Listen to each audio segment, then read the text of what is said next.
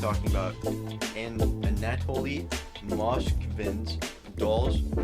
Frederick Meyer, what the movie Inglorious Bastards was based off of, and news of a two-headed shark. Joffrey, would you like to start off with your information? I guess so. And I have to say, Benjamin, I like the intro. Thanks. You're welcome. Okay. Means a lot. Cool. We get situated.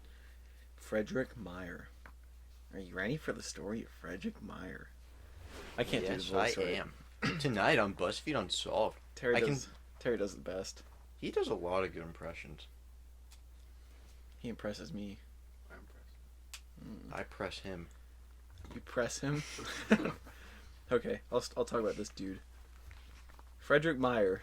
He was born on October 28th, 1921, to a Jewish family, and that's important to the story, because it's Germany when it starts to get shitty. Okay.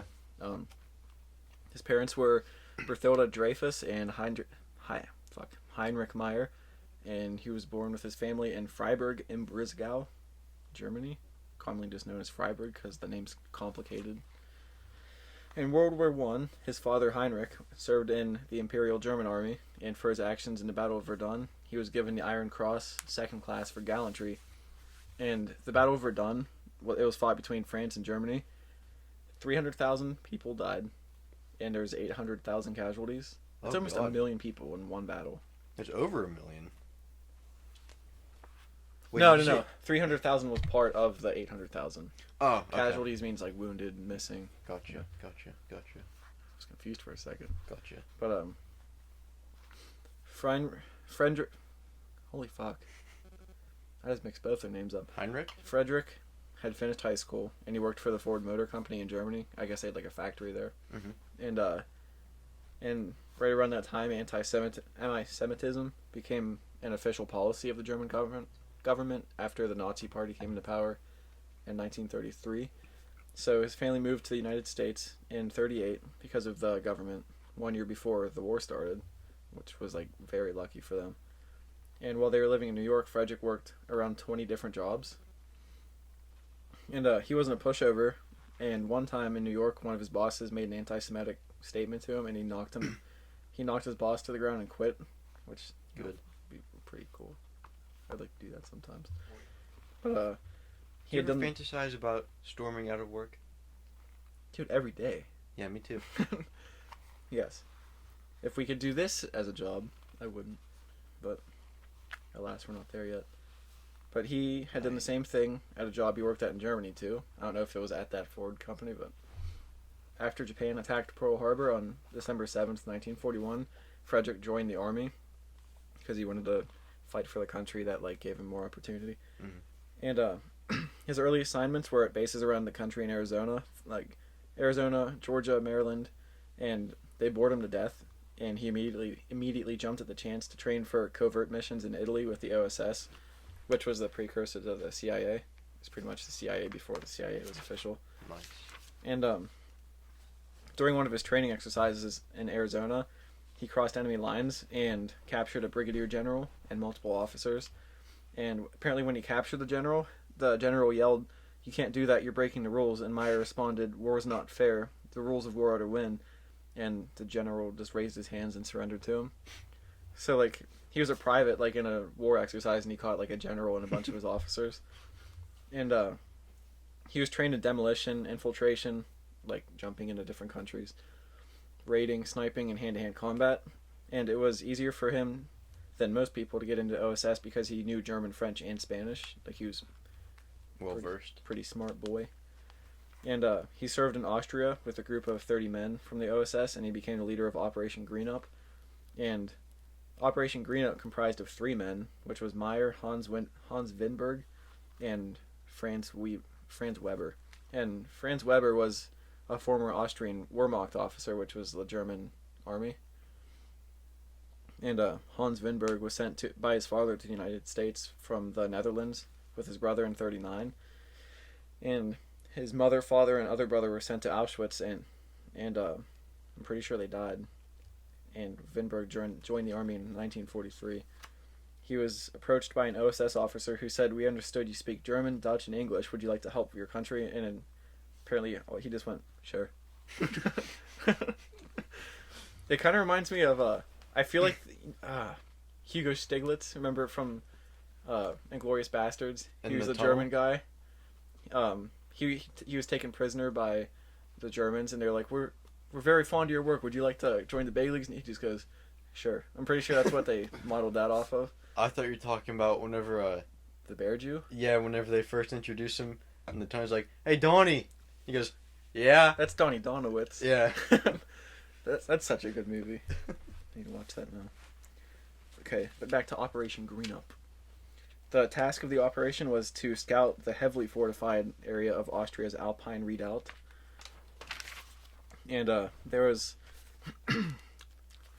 3 men were to parachute near Innsbruck, Austria, but all the flat areas which they needed to safely fly and jump were occupied by the German military.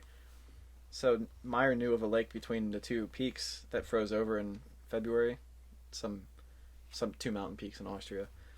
So they decided to jump there, even though it was like extremely dangerous. And a pilot named John Billings offered to fly them, and he said, if they're crazy enough to jump there, I'll be crazy enough to fly them there.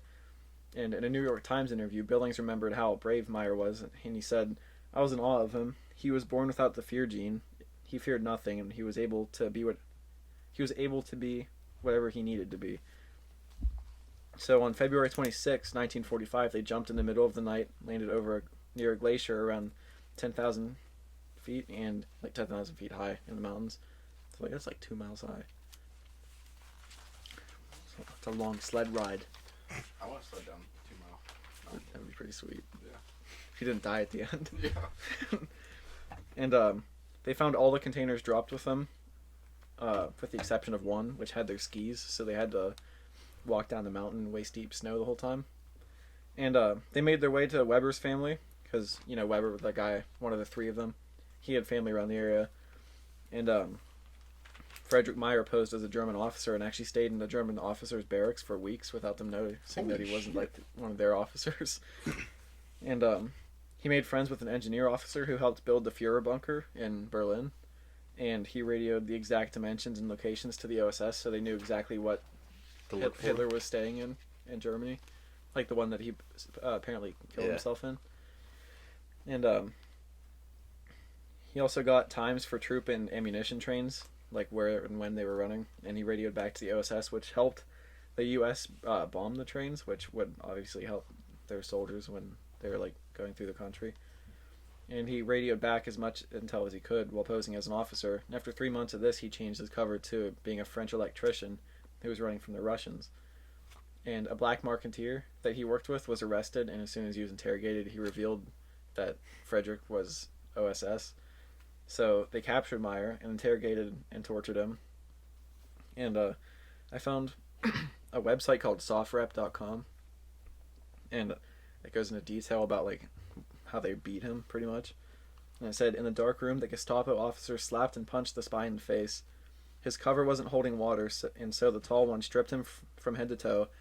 Despite the agent's bullish strength, the SS men brutally manhandled him, shoving him to the floor, cuffing his hands in front of him and pulling his arms over his bent knees. They forced him into a constricting fetal position. I don't know why I thought that was wrong. It went through my head that it was fecal position. Into a constricting fetal position. They shoved the barrel of a long rifle through the tiny gap between his knees and his cuffed hands. With a man on each side of the rifle, they lifted his naked, rolled-up body and suspended the human ball between 2 tables, like a piece of meat on a skewer. Uncoiling a rawhide whip, the tall one put his full weight behind each swing, mercilessly thrashing the agent's body like a side of beef. Jesus Christ. So they pretty much like balled him up on a rifle and just whipped him. And then they brought the guy that revealed him in, and he knew he was done, and he told him that he was an American, but that he was working alone, so he didn't give up the 2 other officers he was working with. And it just so happened that the Germans were interrogating another American. His name was Hermann Mattal, and when he was shown a picture of Meyer to see like if he recognized him, he lied to the Germans and said that Meyer was a VIP in the American army, and that if they shot him, the Americans would do everything in their power to try them all as war criminals. And this was April 1945, which is when the Germans pretty much knew that they weren't going to win. Like, it was pretty much the end for them. Yeah. And Mattel also said a person as high-ranking as Meyer should be interrogated by a Nazi at his rank. So, the Gauleiter of Tyrol and Vorarlberg, Franz Hofer, which I don't know what the Gauleiter of Tyrol and Vorarlberg, but he was like the highest-ranking Nazi in Austria. And Hofer had been trying to find a way to surrender to the Americans, not the Russians, because the Russians were like brutal and would just murder all of them or send them to gulags. And he saw this as his chance to surrender. And this was also reminiscent of Inglorious Bastards. You know how the guy was like pretty much like, he was like, all right, arrest me. Yeah. And Hofer asked Meyer to have dinner with him and his wife, Rudolf Rahn, who was the German ambassador to Italy. And Rudolf Rahn offered to send messages to the OSS headquarters in Switzerland, run by Alan Dulles.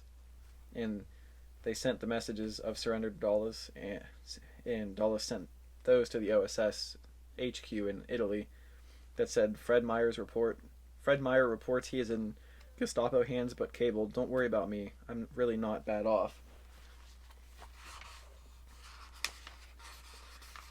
Let me switch pages here. I'm sure this sounds great in the microphone.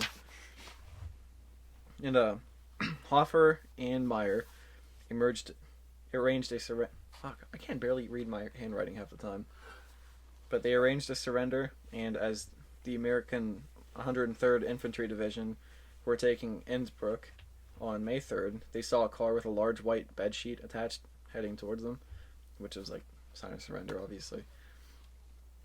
And the intelligence officer, Major Bland West, saw a man with a swollen face get out of the car and introduce himself as Lieutenant Meyer of the OSS. He told him he was taking Hofer to accept the German surrender. Major West later learned that Meyer was actually only a sergeant, so this meant without a shot being fired, the German army in Austria surrendered to a Jewish sergeant from America. And after this, that's insane. Yeah. That the whole German army in Austria surrendered to one sergeant.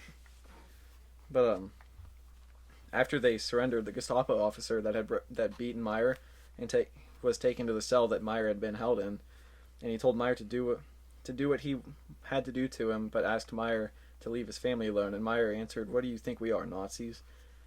And Meyer was recommended for the Medal of Honor twice, but didn't get it for some reason.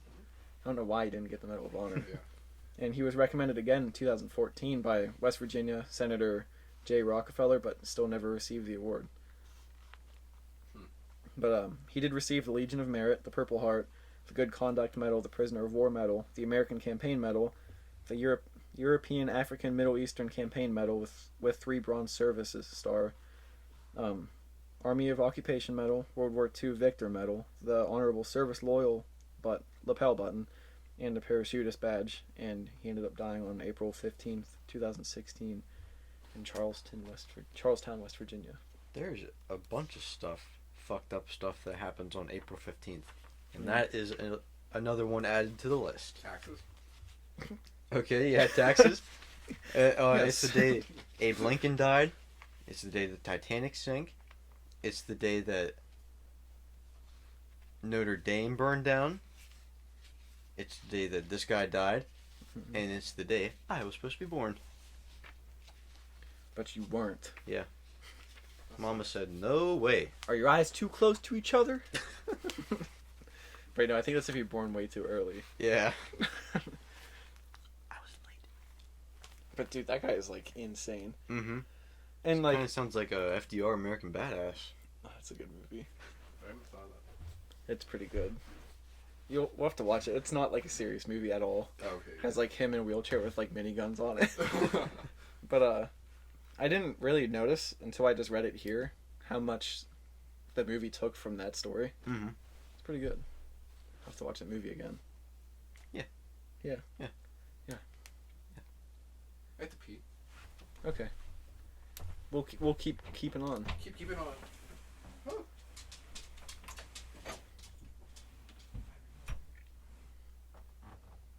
Okay.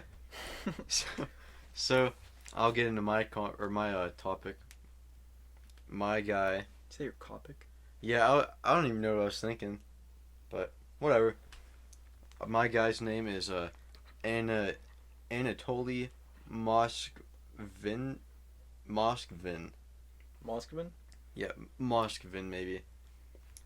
He was and is a Russian journalist with a high education, speaking 13 languages. Wait, is he still alive? Yeah, he's still alive. Oh, okay. I didn't know how long ago it was. He claims that he is a necropolist. Necropolis? Necropolist. Okay. Which is an expert on cemeteries, which I didn't even know that's a thing. I didn't know either. Yeah, maybe this guy just made it up. It's probably a real thing. Well, There's experts on everything. Chicken nuggets, they're even experts on. He said he dubbed himself that, so I don't know if it's real or not. But anyway, he's a necropolist. And around the city of I'm gonna butcher this one too. Nizhny Novgorod, which is the 5th largest city in Russia. This will be an important part of the story. He was known as the expert of all the local cemeteries and had written articles and neurologies, which was like a magazine or like an article, like a set of articles all about cemeteries and the dead, which I know that existed either. So strange. Yeah. An encounter he had with 2 men in black when he was 11 years old. Like the Men in Black? I don't know, but it said 2 men dressed in black suits. So, who knows?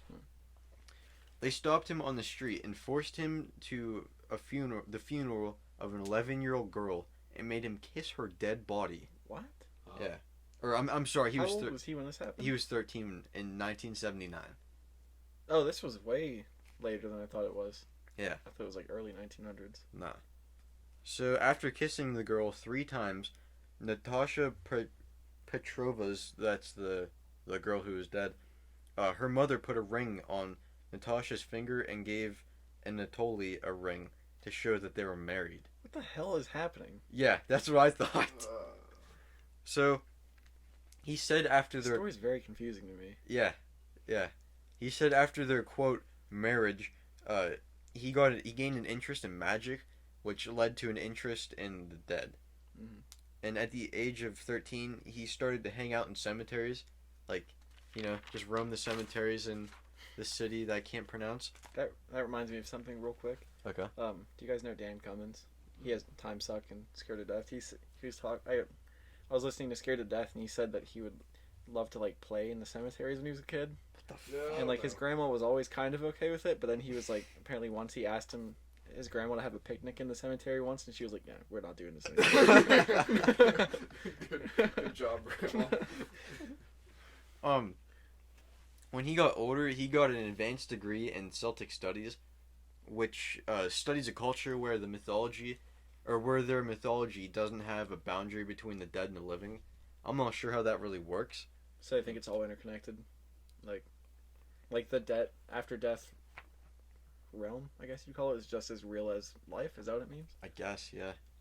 And Anatoly said that in 2 years he had been to 752 cemeteries in this city. There's that many cemeteries in the city? Well, it's the 5th largest city in Russia. Yeah, but that's a lot of cemeteries. I don't know. That's just what the article said. I guess Russia's also a super old country. Yeah.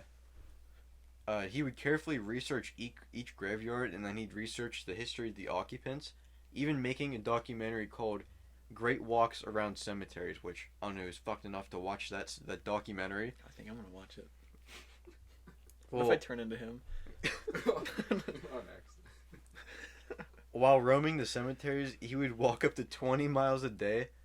He would sleep on hay bales, like just overnight, and would drink the water out of puddles on the sidewalk. And What's wrong with this kid?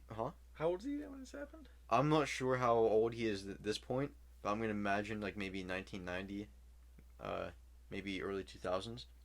Maybe he had the life straw though. Probably. Or wait. We're not sponsored. I wish we were. The documentary that was in the when he said he walked 752 cemeteries, that was 2005 to 2007. Oh. So Pretty recent, actually. Yeah. And He even went as far as to sleep in someone's coffin before they were buried in it. Like with the body. Wait, how's that work? Like with the body? Yeah. With the I, body? I don't think so. I mean, And how would he find, like, was the coffin just sitting out? Would he break into, like, the funeral home or something? it beats me. But around 2009, people all over the city began to report that the graves of their family members had been dug up and completely emptied.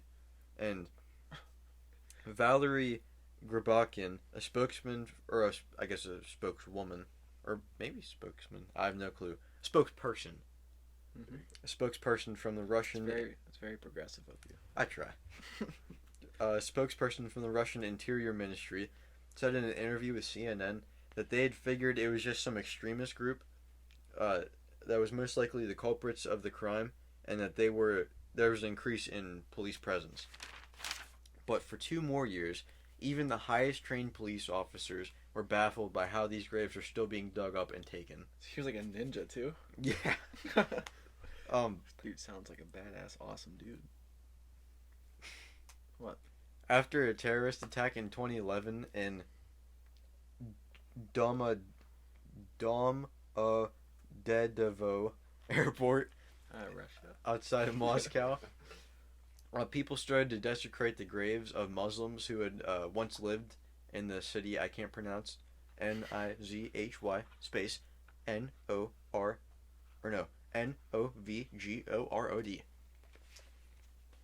Russian authorities had caught Anatoly painting on Muslim graves and had searched his apartment where he and his parents lived. So, this next part of the story, take into consideration that both his parents lived there in the So apartment they knew. with him. Oh. Well, they claimed that they didn't know anything was up except that. I'll just get into the story. I know what's coming up next, and I don't know how they wouldn't know. I have a picture to show You you. can post it on our Instagram too. Yeah, but I just want to get his. Dude, I saw that picture today, and like I left it up on my phone for a second to like get a glass of milk or something, and like came back to it and I was like, fuck, I feel like haunted now. Yeah, here I'll show you what I reveal it is, because it is fucked. It's Okay. so horrible. When the police showed up, there was 8 officers that came to his house to gather evidence. They found life-size dolls just littered over his apartment, dressed in all sorts of clothing and boots and gloves, and the faces were wrapped in cloth that was covered in lipstick and makeup, like to make it look real. And they found manuals how to make dolls, gravestone headings, and maps of the local graveyards. And the real juicy part of the story comes when one of the cops accidentally moved from the dolls and he began to play music. And it was at this point that they realized they were not dolls, but they were the mummified bodies of the graves he robbed. Uh-oh. Here, this is what one of them looked like. Explain how music played. Yeah, so, well, the way I heard it, or I understood it, he would insert music boxes into the body so that whenever he moved it, like on cue, it would make the dolls, like a singer, play music. You know how horrifying. I can't even watch like a documentary like that without feeling there's something in my house. Yeah. Like, how would he live with that? Like, I guess he- especially with how fucked up that face looks. And there was... Knowing that's a person too? It's not just Yeah. a doll. It's a dead person. Well, I'll get into why he did this. Cause, Oh, there's a why? yeah, and it's fucked up. Just as fucked as mummifying dead bodies of people you As don't know. fucked as marrying a dead little girl. Yeah. Ew. Anatoly, whatever it is, he placed music boxes in the bodies of the mummified girls so that they'd play music whenever he touched or moved them, and he also took personal items like out of like if they're buried with something in the casket or whatever. Like jewelry or whatever. Yeah. He'd take personal items, clothes, and pieces of their gravestones and stick it in their bodies. What? Yeah. Why? Yeah, I couldn't tell you. But police also found some dolls in his garage that he had lost favor for. So like he loved these dolls. Like they were his kids. Like if one talks back to him, he puts it in the garage. I don't like the sound this one makes anymore. He told police he put rags in the bodies so like I guess that the innards maybe didn't fall out, or maybe they just stay like stuffed. Like stuffed in like a teddy bear. And It's a lot of rags. that is a lot of rags. and he would wrap tights and clothes around their faces, like, so sometimes it wouldn't just be the faces. He'd like sculpt on top of them. Ew. Yeah, and he even went as far as putting buttons on the eyes so he could watch cartoons with them. Wait, what? Like he put buttons like on a shirt in their eye sockets so he could watch cartoons I with don't know them. what that means. Why? Yeah. To help watch cartoons with them? You mean? Yeah, just so that they could have eyes, Oh, like watch cartoons he with wouldn't them. like paint the eyes on. He'd put buttons on. like in their eye Oh, sockets. what the fuck? That's so weird. Yeah. Like, oh, like this dog can't watch TV if it doesn't have buttons as eyes. Like, are you crazy? When asked why he did it, he said that he wasn't allowed to adopt children since he made so weird. little. Never mind. That And- was like a mental thing. Well, and he was so lonely that he took the bodies until someday he could bring people back to life with science, and took care of the dolls with a salt and baking soda mixture, so that it wouldn't smell like a rotting corpse. Although everyone else said it did, but they also they said that it like the basements in Russia smelled like that, so no one thought anything of it. Oh, Yeah, I don't know if I'd want to wait, live. basements smell like dead bodies all the time. And he loved them so much that he would celebrate their birthdays, like on the tombstone. Oh, that's weird. Yeah, First of all, that's a lot of birthdays. Second of all, where'd he get all the rags? I don't know, but you want to know how many birthdays he celebrated? Can I guess? Yeah, sure. 27. 17. You were very close. In total, he had 29 bodies. Fuck! And I was you- gonna say that! And he had bodies from the ages of 3 to 25. From 3-year-olds, yeah. Yeah. Shit. And the reason that he also didn't have children himself, like instead of adopting, Because he's As- insane? Yeah. yeah, just because he was lonely. Wait. Oh, because he couldn't get a girl pregnant or anything. Or maybe just because he couldn't get a girlfriend. Or a wife. And in total, he was charged with 44 counts of desecrating graves. Wait, so he had 44 dolls? Well, in general? in I all? think it's also related to, like, mummifying them and just stealing shit from them. Wait, what was... They went from 3-year-olds to what? 25-year-olds. Is there a reason that he didn't get old people? Well, he wanted children. Yeah, but a 25-year-old as a kid? That's kind of If old. you have him for long enough. Though. Well, the longest one that it said he had her for 9 years. Fuck! Yeah. He was doing it for 9 years. You want to know what he said to the parents, like, of these victims and their families? You weren't using them anymore. You are very close. Oh, seriously? Oh my god. He said, quote, "You abandoned your girls. I brought them What? home and warmed them up." I don't like the sounds of that. Yeah. That's so weird. Are And they all girls? I think they were, yeah. Okay, that's just weird. Because they're all dolls, so I'm going to assume that Wonder if they're that all had girls. something to do with like trauma from him being married to a dead 13-year-old. I kind of I'm figured sure that's it what it did, was huh? from. But you want to hear the fucking craziest part of this story? Hmm. In 2018, he was finally given the option to leave the psychiatric ward that he'd been sentenced to, and serve his time at his house. So they let him like pretty much back into the public, and Like, was he on house arrest? Like, yeah, but you could get out anytime.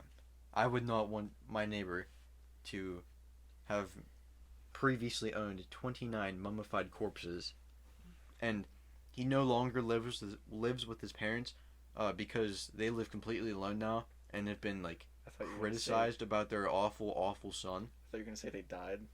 Like he got there. Mummified. Yeah. Wait, how did his parents not know he had the bodies in the apartment? They had to have. Well, How? I kind of skipped over that part. I mean, I'm sure I can find it, but I was just so heated and just getting the story of him. And What kind of pen is that? Oh, I thought it was a Viagra pen. Never mind. And I'm not sure if this is true or not. It said that he supposedly told police to not even bother burying the girls too deep because as soon as he gets released, he'll just go back and get them. So in other words, he shouldn't have been let out. Exactly. So he is let out now. He's like in his house. I think he is. Damn. Dude. Man needs help.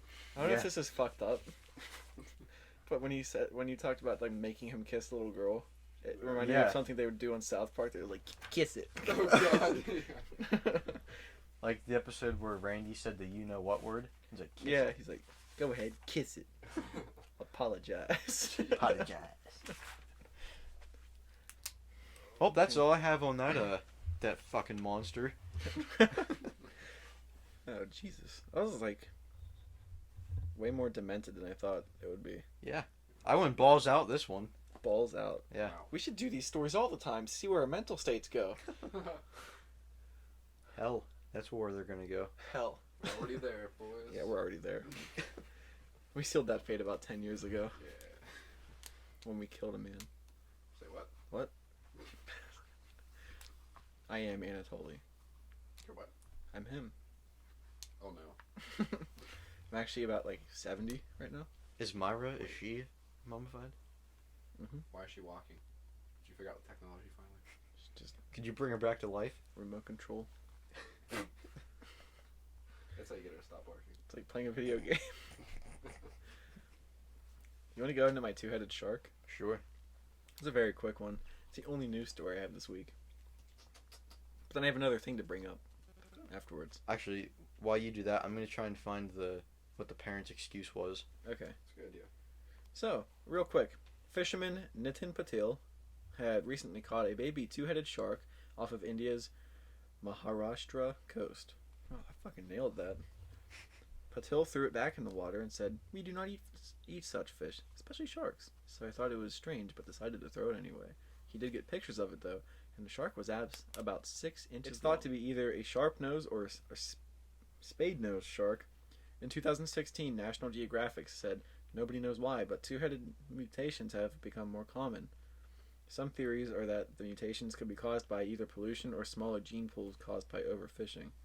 The Central Marine Fisheries Research Institute said that double-headed sharks are super rare.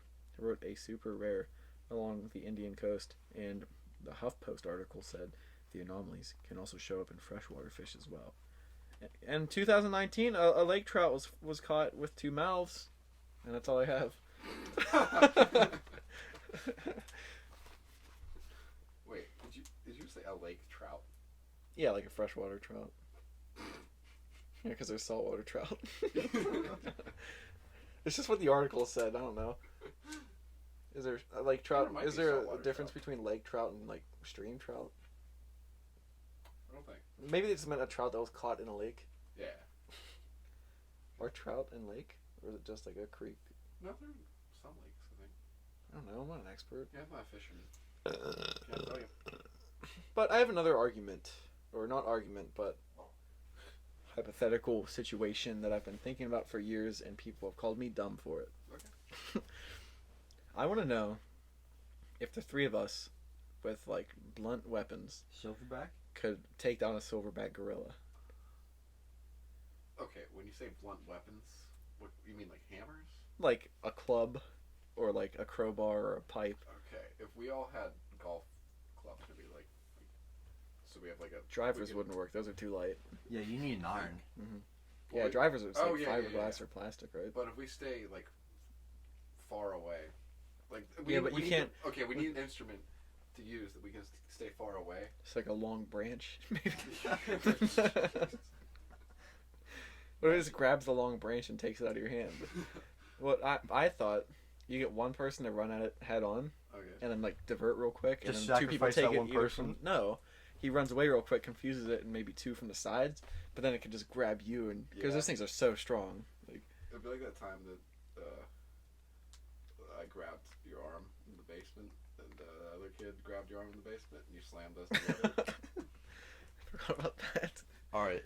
I found what his mother said. Her name's Elvira. I found what his mother said. Okay. She said, quote, "We saw these dolls, but we did not suspect there were dead bodies inside. We thought it was a hobby to make such big dolls and did not see anything wrong with it." They never like felt like this is kind of weird. Like, we should check this out. It sounds like a lie to me. Yeah, it does. Either a lie or a very, very dumb person. And it said whenever I was talking about how they lived alone now, it said they were so ostracized that they lived alone, but I didn't want to, take that person's writing. Ostrich. Ostrich. Sized? Yeah, ostrich. Ostrich sized. We could get an ostrich to run around in the pen to distract the gorilla. Would that work? If you think an ostrich? Well, the ostrich might panic and try to run away. Yeah, but that thing could probably snap his fucking neck. Yeah, but if those ostriches can run like super fast, like 30 miles an hour. Can't silverbacks like also run fast? That fast too. I didn't think about that. I don't know. I'm gonna go how fast the silverback runs. I got a story. Look up how strong they are too.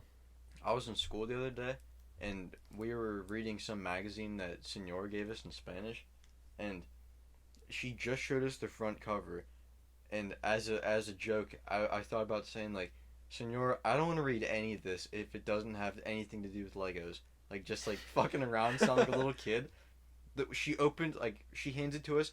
I opened the front page. There's a fucking article about Legos in there. Seriously? I swear on my life. That's weird. What was that thing you were talking about last time I was here? Synchronicity? Synchronicity. I just immediately thought of that. I was like, what the fuck? On average, a silverback gorilla can run 25 miles per hour. Oh my god, dude, we'd be fucked. Yeah, and 28 miles per hour when like peaked, like on adrenaline. When angry. Yeah. Like if someone's trying to beat it with blunt And, with a stick. Yeah. And it is 9 times stronger than the average human. Oh god. Okay, so we'll have to get a bunch of people.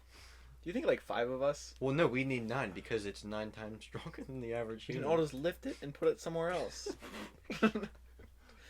What? How much do they weigh? Let's see. Hey, 9 Joffrey, how times? much time do we have left? You mean how much time do we have left? Like, how long have we been going? I don't know. Because I got another topic that I've had it like in the pocket for weeks now, and since it's like the week before Halloween, I figured it might be a good time because it's kind of about the devil. Okay, we're at 11:28 bars right now. I don't know how long it is. Okay. We can always go long though. It doesn't matter. Alright. You guys don't care, do you? It's like 5 pages though. I don't care. We can go for hours if we want. A male silverback in the wild weighs 397 pounds. That's nothing, dude. That's like 3 me's. Okay, wait. Should we finish this? Should we figure out how to fight a gorilla Yes, first, and then yes. it's like, What if we're just predicting what's about to happen because we actually run out of food and somehow like the world just goes to shit and we end up like We have in to- Africa? And how do we end up in Africa? I don't know. How do we? Pangea. I think it'd be more Wait, where? likely that we end up at the zoo. Yeah. Wait. Are they like in the safari? Wait. Where are gorillas mainly? Like silverbacks. I think there are Like jungles. in the jungle, yeah. Are there gorillas in the Amazon? Why did? No, I don't like know maybe if there's- monkeys. I don't know if they're South American or more African. I think it's African. Monkeys, I think, are more South American Yeah. than anything. I don't know. Here, I'll I know Google it. there's definitely a ton of silverbacks in captivity in our country. You just go get one from Wolves. No. Okay. That's right. We won't. We should just get one as a pet. That's Jordan. We'll keep it in the grandma room. You don't think it'll get pissed out? off that it's in You think- captivity? You ever see those monkeys better go live with- nuts in the zoo? It's because they're mad. Better live with some bros than Never look it in the eyes. Yeah, just don't. We'll walk in, We'll get always- the food, and then walk back out. We'll force sunglasses onto it so it can't see us. Alright, it says that they are found in the forests of central sub-Saharan Africa.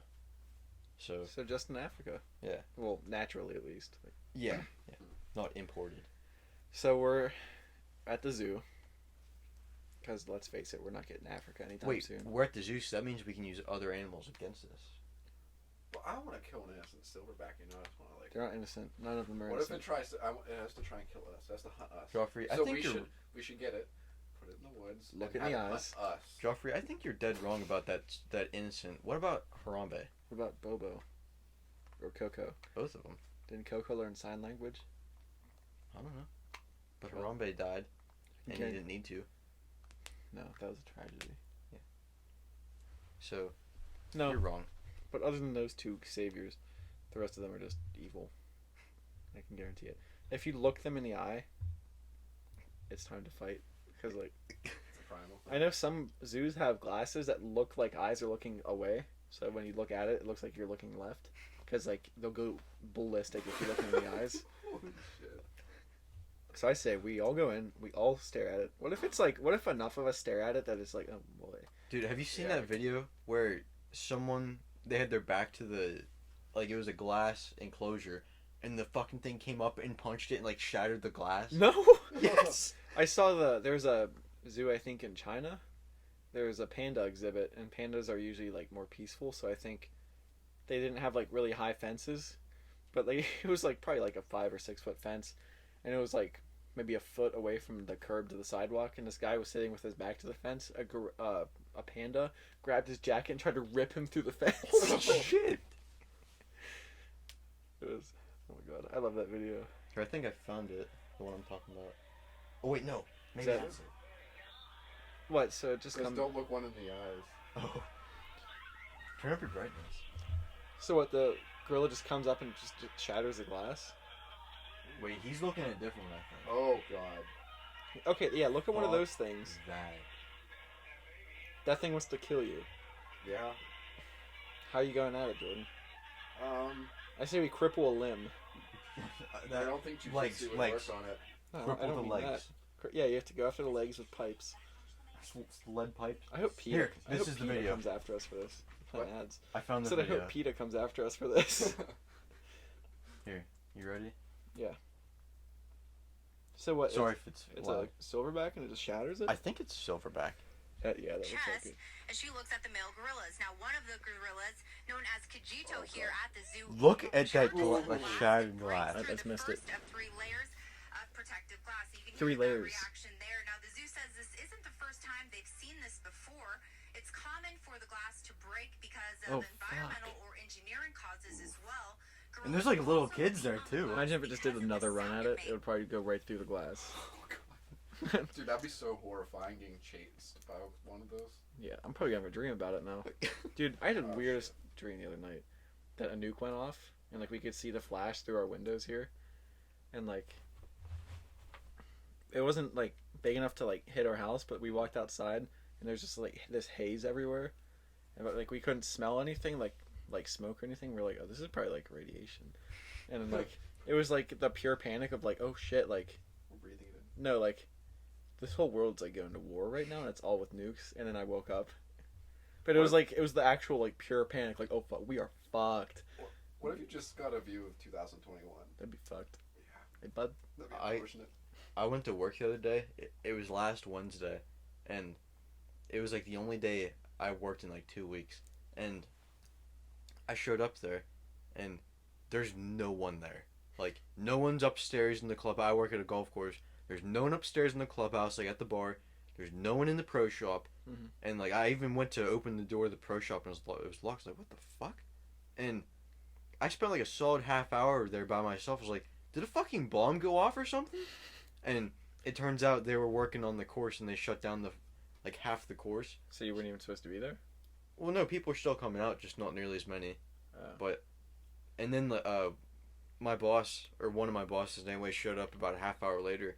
I was like, where is everyone? And he's like, oh, everyone else went to Homestead. I was like, oh, What's that, a different golf course? Homestead? yeah, like Pittsburgh? Homestead? I don't know the golf courses. No, it's like a place, not a golf course. Oh, I don't know. Oh. Well, anyway, everyone else was gone, and no one else was there, and I was like, what the fuck happened?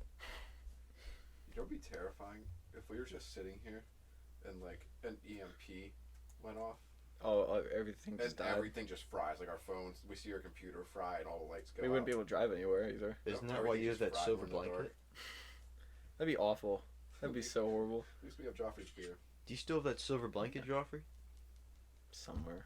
One of those like survival. I heard if you wrap stuff in it, that an EMP won't be able to hit it. That's what I'm Really? saying. Wait, couldn't you just put it in the roof of your house then? You know, you have to wrap whatever. What if you wrap your whole house in this? Like put it in like. That means you'd have to wrap the windows and everything. It has to be completely And your wrapped. vents, Like, you can't have any ventilation. That Yeah. sucks. Mhm. Gay.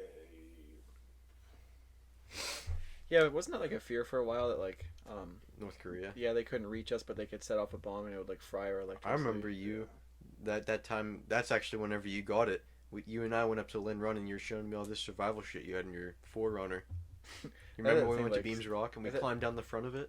Yeah, we climbed down the front of Beams Rock. That was nuts. It was awesome. That is insane. Who did we tell that? Hmm? Who did we tell that? Probably. What? What did they get disappointed? What? What? Who'd you tell what? I scaled it down like face forward like Spider-Man. You mean like the steepest part? Like the the sheer cliff face. Why? Because Because it was fun. I'm a Spider-Man. And you made it? Yep, lived. Didn't fall. How about that?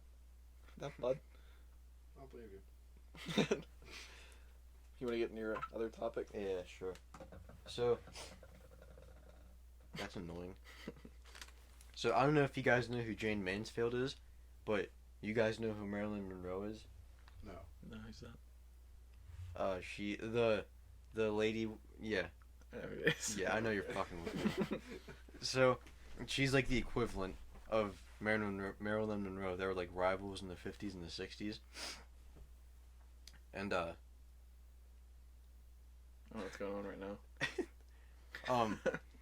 in June of 1967, she's riding with 3 of her kids and 2 other adults on a Louisiana highway when they rear-ended a tractor-trailer truck and ripped the top of the car clean off. Did it die? She did, yes. Damn. The crash killed everyone in the front seat, which included her. It killed them instantly, but the 3 children survived the accident. They had to see that? Yeah. And after the accident, people started to say that Jayne Mansfield had her head ripped off and because of the impact, but people also, or it's been discredited, saying that it's just her wig that was laying on the ground, and someone took a picture of it and said it was her head. But some people also believe that there was some sort of satanic curse that she was a part of, because I'm sorry. So a little background on who she is. In the 50s and the 60s, Jayne Mansfield was starring in lots of movies, and she was also on the cover of a lot of magazines, including posing as a Playboy playmate, like a bunny. Mm-hmm. And everyone said that she was a copy of Marilyn Monroe, but more open about her sex life. And correct me if I'm wrong, but I think she was the first actress to appear nude in a movie. Whoa. Yeah, boob. And Mansfield and Marilyn Monroe were famously rivals with one another, and Monroe didn't like Mansfield, saying, quote, "All she does is imitate me, but imitations are an insult to her as well as myself," end quote. Just like Monroe, she had also had an affair with JFK, and said whenever they were doing the dirty, she told JFK, "I bet Marilyn's piss is all get out." And wait, say that again? yeah, after I read that, it doesn't make any sense. Like she hopes she pisses? I think she wants to piss Marilyn Monroe off, not piss on not actually anyone. piss on her. I thought you said, I hope her pisses all get out. I wrote down, "I bet Marilyn's pissed as all get out." Oh. But I think maybe I missed. No, that wrote sounds and said all hell, but whatever. I don't know. After Marilyn Monroe died, Jayne Mansfield was worried that she was going to be the next to die soon. And 5 years after Marilyn, Jayne left a show in Mississippi going toward New Orleans when her 1966 Buick Electra slid under a tractor-trailer truck at 2 a.m. And when photos of the scene, this is what I talked about earlier, came out, it showed her blonde wig on the ground, which people mistook for her head. However, this was proven false by the police report, which said her skull was crushed instead of her head coming off. She was closer to being scalped than getting her head cut off. Yeah. The other story that surrounds her death is the satanic curse that was put on her, or supposedly put on her. She supposedly dated the founder of the Church of Satan, Anton LaVey, and he declared in 1966 as year 1, which is the year before she died. Like Jayne Mansfield, he was also seeking a lot of attention. Like Mansfield, trying to get into any movie he could. And the documentary I watched, it said that he was more just about getting attention than being in church. But I'm not gonna say that because I don't want to. The Church of Satan apparently is not even actually about satanic. Yeah, it's just about pretty much just fuck religion. So and it's not like they're gonna curse you for saying that. In October of 1966, she had a photo shoot in his black house in, I think it was San Francisco, and but no one has a shred of evidence that they actually had a relationship aside from maybe hooking up a few times or even just be friends. I heard that they're actually pretty good friends. And whenever she was there, her boyfriend at the time, Sam Brody, was fucking around with the LaVey stuff and making fun of the church. And some people think LaVey put a curse on Brody, warning Jayne that she needed to keep her distance from Brody, who was in the car when Jayne Mansfield I died. was just about to ask if he was in the car with her. Yeah. And some people say that after Jayne's son was mauled by a lion, like they were at some petting zoo or whatever, and he was like mauled by a lion, they say that she called him and asked like for help, and so LaVey went to the top of a mountain and cast a spell that saved her son, or she credited it as saving her son. Golly. Even before the accident that killed the two of them, Brody was in 7 car accidents on his own. My God. Yeah. I don't know why. When you said that he went to the top of the mountain to cast the spell off or whatever, I just picture him going up to the top of the mountain, just looking up, going, "Can you stop, please?" It's like killing the god. That's why we should reenact some of these. I like that idea. When Anton LaVey first heard of her death, he was cutting up pictures of a German magazine that had him laying flowers at Marilyn's grave, and noticed on the other side that he'd been cutting between her head and her neck. Oh, like her head getting taken off. Yeah. Oh yeah, but you said it was like crushed, wasn't it? Yeah, so that kind of makes me think that maybe he was making up some stuff. But whatever the truth really is, she died on June 29th, of 1967, and is buried in Pennsylvania, and is born on the same day as I am. Whoa. April 19th. You shouldn't put that out there. Dude, my birthday people suck. What do you mean? Her and James Franco are the only cool people on my birthday. And who else is on your birthday? one of the guys from Ghost Adventures, and like that's it. Ghost Adventures is Nick, the guy who quit. Wait, Ghost Adventures is kind of bullshit in my opinion. Yeah. He was ex-aggro, like yelling at the ghosts. I watch it more for the same reason I watch BuzzFeed Unsolved. That maybe give me a little scare before I go to sleep at night. Mm-hmm. But BuzzFeed Unsolved isn't even that. I used to fall asleep to that on until. You woke up to the Exorcism one? Yep. Same. Like the audio I from the wake Exorcism. up at like I 3 refuse in the to morning. hear, like, I was like, Exactly. I'm done. Yep. Yeah, so that's it. I like that one. That was pretty like satanic. It was quicker than I thought it was gonna be. Like 4 pages worth of notes. I was about to say that's what she said, but he started saying other stuff instead of it. Now I have to put a curse on you. I threw up my mouth. What it tastes like? Good. Like Well, I didn't actually get it in my mouth, but it came up my throat, and there was I could tell there was a particular chunk. There was a chunk that came up, and it touched the very edge of my tongue. Ew. Yeah. Okay. What'd you eat? What could it have been a chunk of? I had some funnel cake fries from the Googly, and I had some spaghetti for dinner. With meat? No, just like with tomato sauce. Spaghetti. So it could have been a chunk of funnel cake fry, which would probably be soft. So it's probably a chunk of like noodle. I think it was. Did you have a eaten apart cookie? Did you eat one of those? Oh yeah, I was gonna say it could be candy corn, but I chewed that up pretty fucking well. Maybe it was just something you didn't eat. It was like a part of a lung. Yeah. Puked up your lung. Oh, this is a pretty girthy, lengthy. I like it.